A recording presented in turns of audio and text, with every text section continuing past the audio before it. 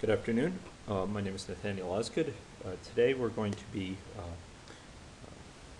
examining how we can, in a fairly quick order, build up a model of mobility of agents in which the agents communicate infections to one another when they come into near proximity, near contact. I'm going to be doing this in AnyLogic 6.8.1. First, I'm going to go create a new model here. To create this model, Communicable Mobility 1.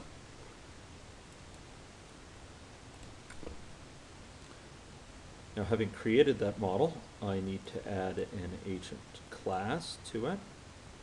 We can do so, for example, by adding an active object class. We'll call it person.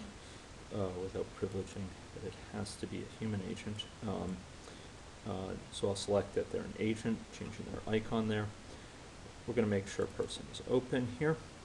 And we're going to go create a state chart. It's a classic susceptible, infected, recovered state chart. So I'll call it infection state chart. And I'm going to create 3 states. One state will be susceptible.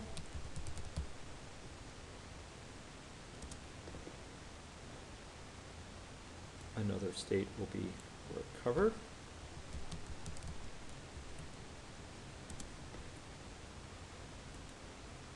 And a third state,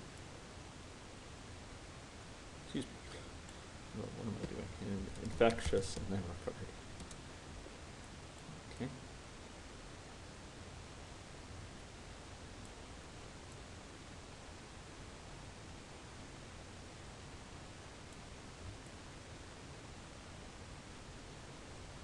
Okay.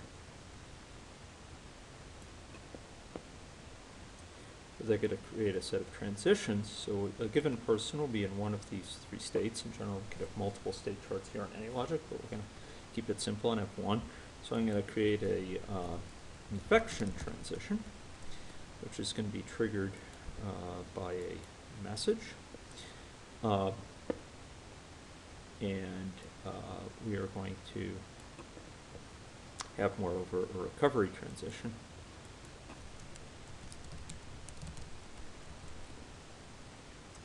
Which will be associated with a certain rate. And that rate would really be best defined as a parameter for individuals. But for simplicity, I'll make it 1 divided by 3.0. Note the importance of putting this as a floating point number so that it doesn't treat it as the integer division 1/3, which would be 0. Okay, so that would keep them in the infectious state for an average of 3 days. These individuals' health state will be governed by that factor. We're going to build this up incrementally. Later we'll come back and add another state chart associated with mobility. Okay, so in addition to that, we want them to have a certain presentation. So in other words, have a certain appearance. So I drag this small circle there. I'm going to make it a bit smaller yet. Center it, and then, having created that presentation for the person, I'm going to create a population of people in main. I did so by double-clicking on main, so that main class opens up, and I'm going to create a population. You'll notice that the same representation is there to indicate the origin whereby the people will be displayed. You're going to have a set of people, and in this case, we are, from simplicity, going to create a, for generality, we're going to create a parameter called population size. That will be specified by different experiments to hold different values. And this population will be replicated with a population of population size. Okay, next we're going to insert an environment here. And that environment will need will be associated with a continuous 2D environment with width and height 500. The population will need to be associated with the environment. Okay. Now, having done so, you should be able to run the model. I would encourage my students to run the models incrementally like this, so that they can catch any bugs as soon as possible, and they can reason about the behavior of a single change and get intuition concerning the model. Okay, right now we have a model that's running, but we need a population size, so we go to the population here, go to parameter, the simulation, and we'll set it to be a population size of say 20. Okay, so we'll go run this, and now we have 20 individuals scattered around. Very good. So that's sort of the first iteration of our model. We now go to person, and we're going to associate them with some mobility patterns. So what I'd like to do here is to create another state chart, which is going to be called the mobility state chart. And this state chart will be associated actually with a single state for now, and the state will be called in motion. Okay. In motion. Okay. Now, what we're going to do is to set them off going in a certain direction. We'll see the effects of that before we add more complex semantics. So when they come into this state, we're going to set them in motion. Okay. So we are going to go and we're going to perturb their sort of find a direction in which they should head. Now, to do this, we'd also like to have a parameter that sort of specifies their level of disturbance. So I'm going to insert a parameter here, which will be, so this would be a perturbation magnitude. This is sort of a mean perturbation, or perturbation magnitude, which we'll use in picking a new location for them to go to. And when they get into this state, what we're going to do is we're going to set them off in a certain direction. So we'll do this dot move to, and we'll move them to a new location that's based on our current location, in fact. Okay, so we'll do we'll take their current location, and we'll add to that a normally distributed perturbation. So we'll draw from a normal distribution with a mean of 0, and you'll notice that the normal distribution somewhat surprisingly takes two parameters sigma first, that is the perturbation first. So we're going to, so the standard deviation first, and then the mean. So they'll, on average, they won't add anything that it's symmetric, so on average they go 0 distance, but sometimes they go left and sometimes they go right. So we're going to similarly hit them off. So in their x direction, their target will be their current location plus this number drawn from a normal distribution with mean 0, standard deviation, perturbation magnitude. And their y target will be their current location plus this other perturbation. These are separate draws. And by setting the perturbation magnitude associated with a person, we'll be able to sort of control how far they go. So so I'm going to create actually so you'll notice we added that parameter to person, and so it's the population is the thing that creates those people that's responsible for stating what that perturbation magnitude is.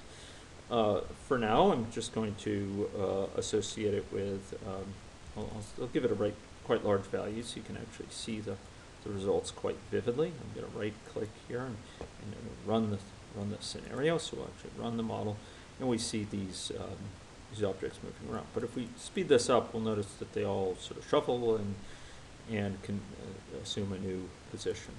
All of them are still in the state, and they have no place to go.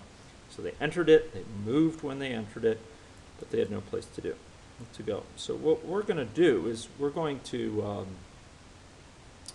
go and actually create a self-transition here. So here we're going to go create a transition from this state to itself. Now what's important is any logic supports multiple types of self-transitions, namely two types. One that stays within the state, that it doesn't actually leave the state. Another which in fact does leave the state and comes back in. The semantics are different because if there's an entry action associated with the state, that is if there's code to execute when we enter the state, if we just stay in that state and this transition fires, that entry action isn't going to be invoked. But if we come back in, then it will be invoked again. So we've just created this entry action. Now we had created the entry action before. Now we have this transition. And when will this transition fire? Well, we'll call it arrival transition. And it will be firing when the agent arrives at its destination. So we here are going to go run this, and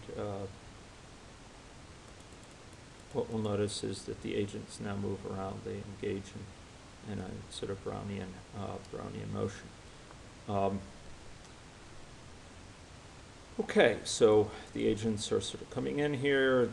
This transition is firing periodically. They come back in and move to a new destination. When they arrive, transition fires again, and then head off in a new direction, again arrive, it fires off again.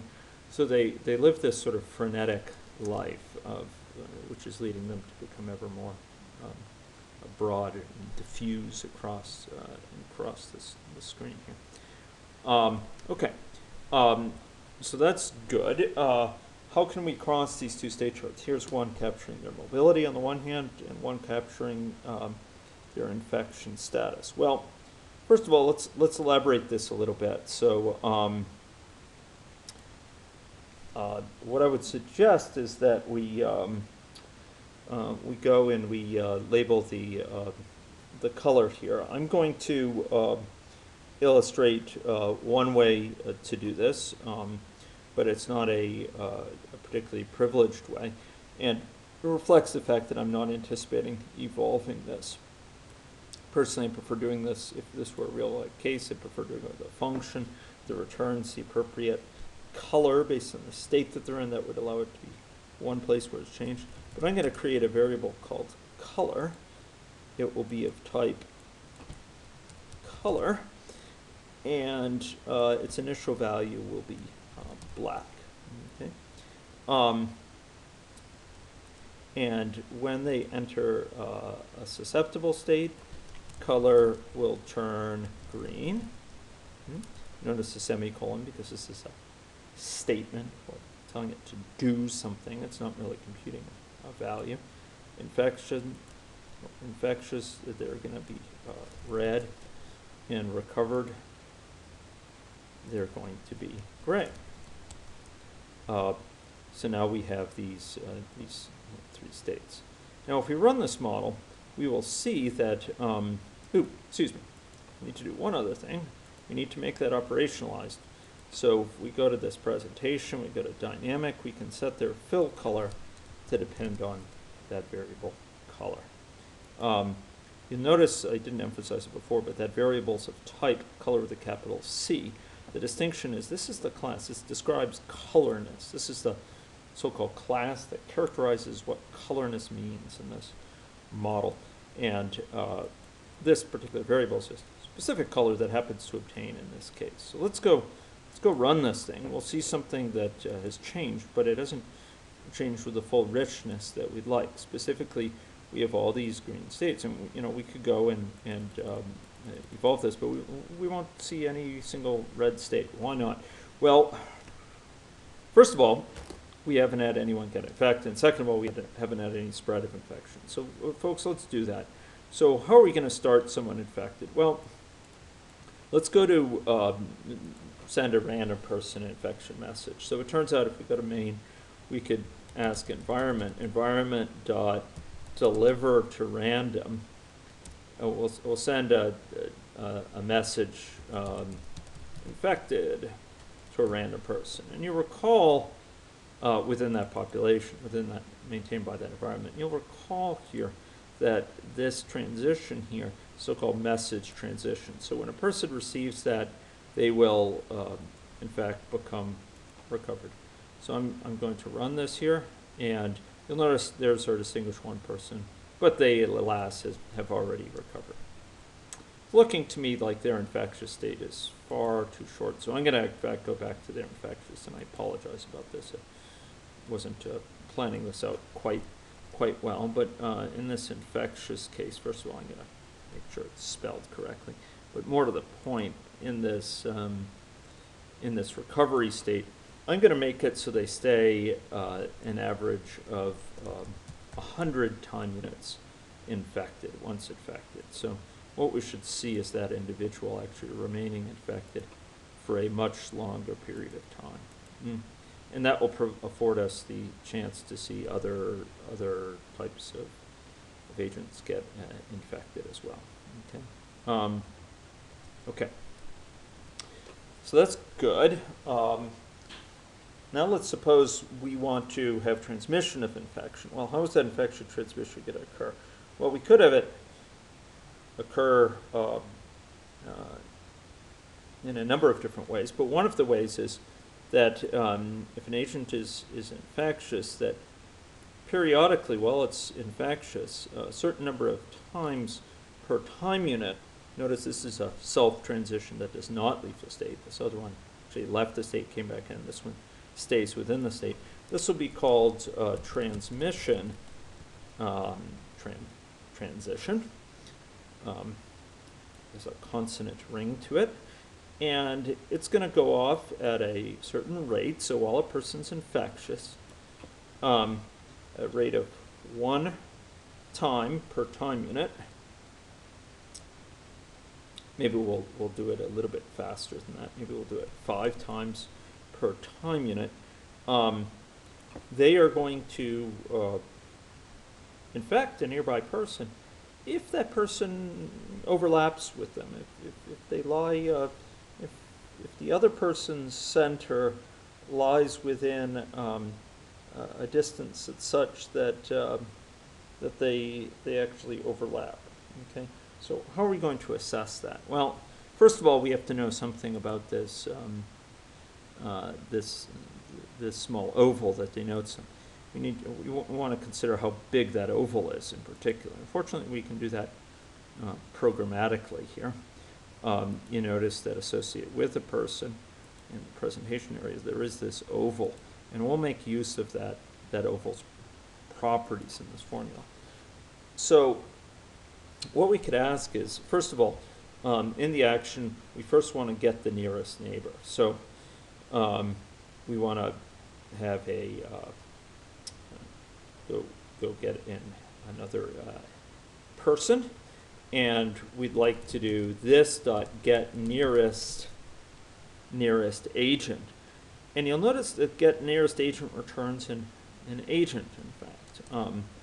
So it returns an agent continuous, and so it's going to return the nearest agent to me, to this current agent. Okay, and so we want to. Excuse me. I think there's actually get nearest right. So we actually have to tell it what agents to look at.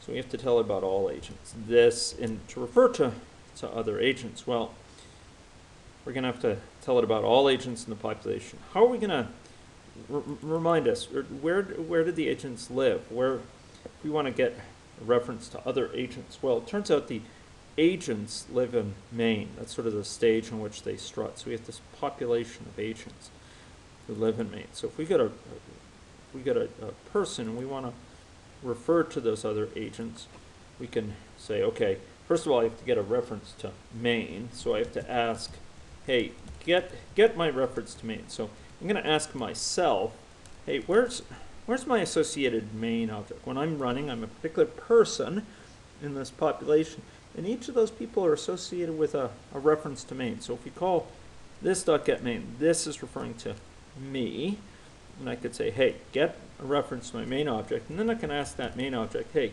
give me your population. That's the name of this thing here.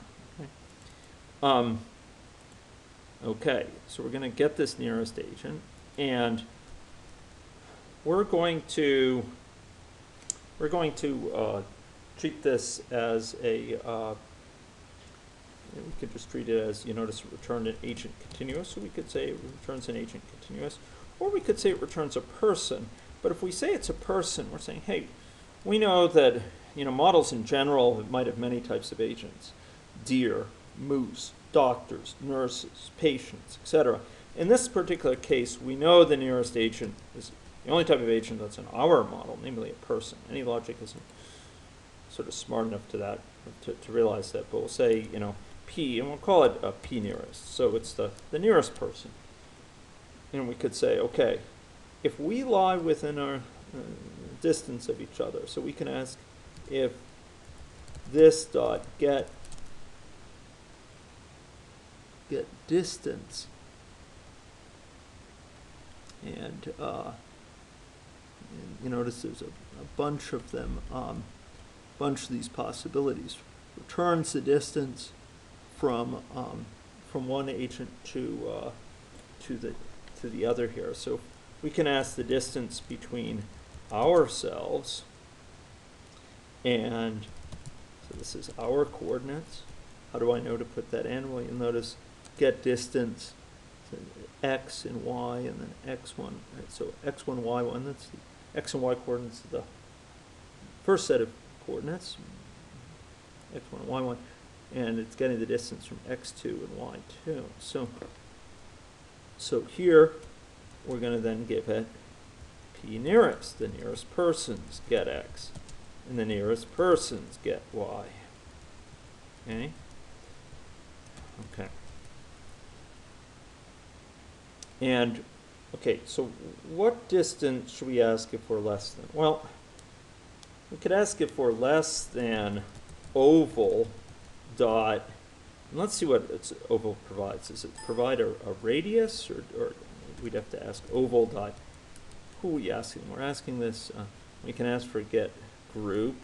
No, so what other things does it provide? Get radius x, get radius y. And we're going to assume that those are the same here. So we're going to assume, okay, if it's less than get radius, so if we lie within the radius, but in fact, even if we lie in two radiuses, we don't have to have the center of the other circle to be overlapping with us. We don't need the center of the other circle to lie within our own radius. After all, that would be a lot of overlap. Instead, as long as it's close enough that, you know, it's no more than two radiuses apart. In other words, it's no further apart than 2 times our radius, then there will be some overlap at this current time. So if that's the case, then we're going to send that person p nearest dot send, or excuse me, I'm telling myself, hey, send to whom, and send what? We're going to send it to a particular agent. We're going to send some message. So I'm going to send the message, in fact, and we're going to send it to this p nearest agent, okay? That nearby agent. Okay, so you'll notice that in main, when we first delivered, we delivered in fact, so we'll sort of keep things consistent. Right now, person doesn't really care much as to the nature of the message that it receives. It's unconditionally, if it receives a message, it gets infected here. Here we're sending this infection message to the nearest agent if and only if this lies within this distance, and I'll say equal to. If they're exactly that distance apart, they're exactly overlapping. Okay, and now when person receives this message, it's worth noting that person will right now forward the message on. We only need it forwarded onto the infection state chart. We don't need it forwarded onto the mobility state chart. Okay. Okay, so here we could actually go and simulate this model. You'll notice there's a collision, and you'll notice that the other agent is infected there. And if we speed things up, you notice that sets of agents are indeed being infected over time per the collisions which occur. The different agents are diffusing, which means that they're less likely to hit one another over time, but slowly the infection is spreading to a point where until they recover. Okay. Okay, so that's good. One could think of all sorts of ways of elaborating this model. One could change the direction of an agent, for example, if they detected another agent nearby who was infected, they could head away from it. Another thing which could be done would be to make agents who are infected change their behavior so they have faster mobility, or perhaps in a sense of something like rabies, to actually seek out other agents. But here we've seen a very, very simple model that incorporates mobility and spread of infection, and I hope that will shed light on some of these factors. I guess I should note that since we did put in a parameter associated with some of these characteristics, we could easily add in another parameter here. Another experiment, and that experiment could have a much larger population size. For example, we could have a experiment which has a large population, something in the hundreds. And for this population, we could have a population size, say, of 500. If we were to do that, we'd have very dense packing indeed, and one might expect the infection to spread much more readily because of the higher densities involved.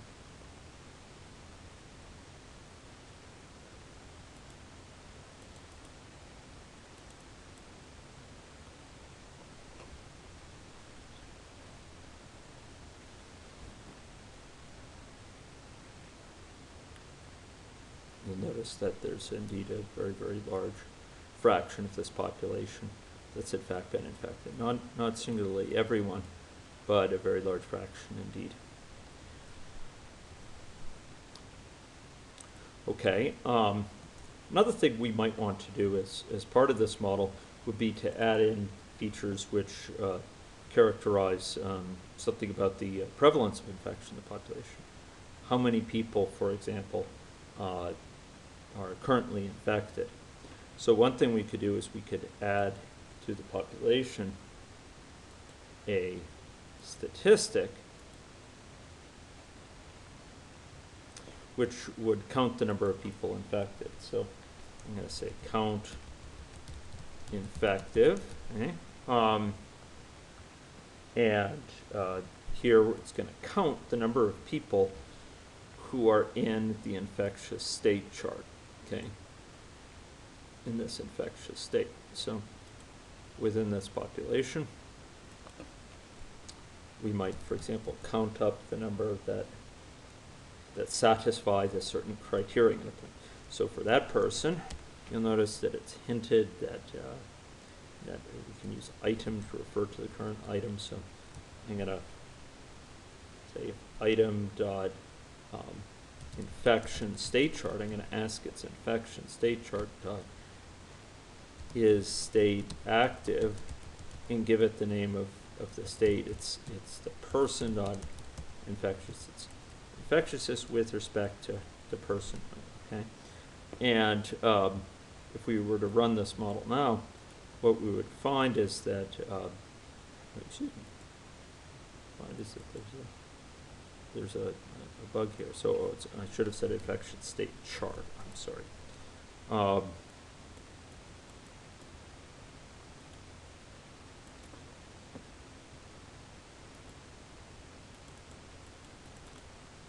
So you'll notice that if we click here, count infected is now 0. Let's start it again. I sort of goofed with that. Here we go. Yeah, it's changing over time in response. Let's suppose we wanted to create a time plot associated with it, a plot of that over time. Well, we could do so using the analysis tools within any logic. So here we have a time plot, and this time plot is going to be associated with plot infection prevalence.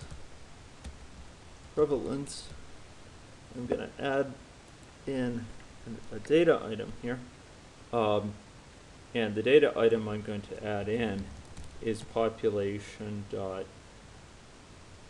count infected. Okay, this is computing a value here. It's not a command to do something. It's computing a value, and therefore we don't need a semicolon. Time window of 100 is fine. It'll update automatically, and I'll display up to the latest 100. One generally needs to be careful about those things.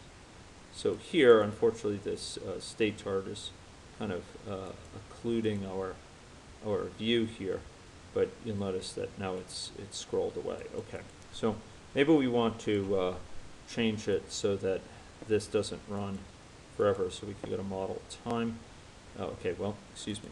Maybe we want to change it so this plot is actually located somewhat above the area of view, and maybe we want to have a time window of a good long period of time, say 2000, and it to keep 2000 values there.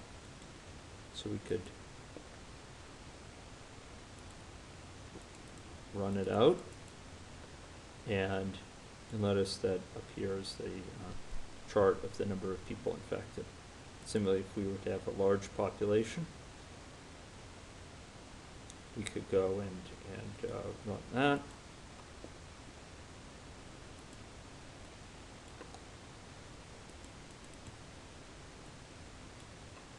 And you notice here the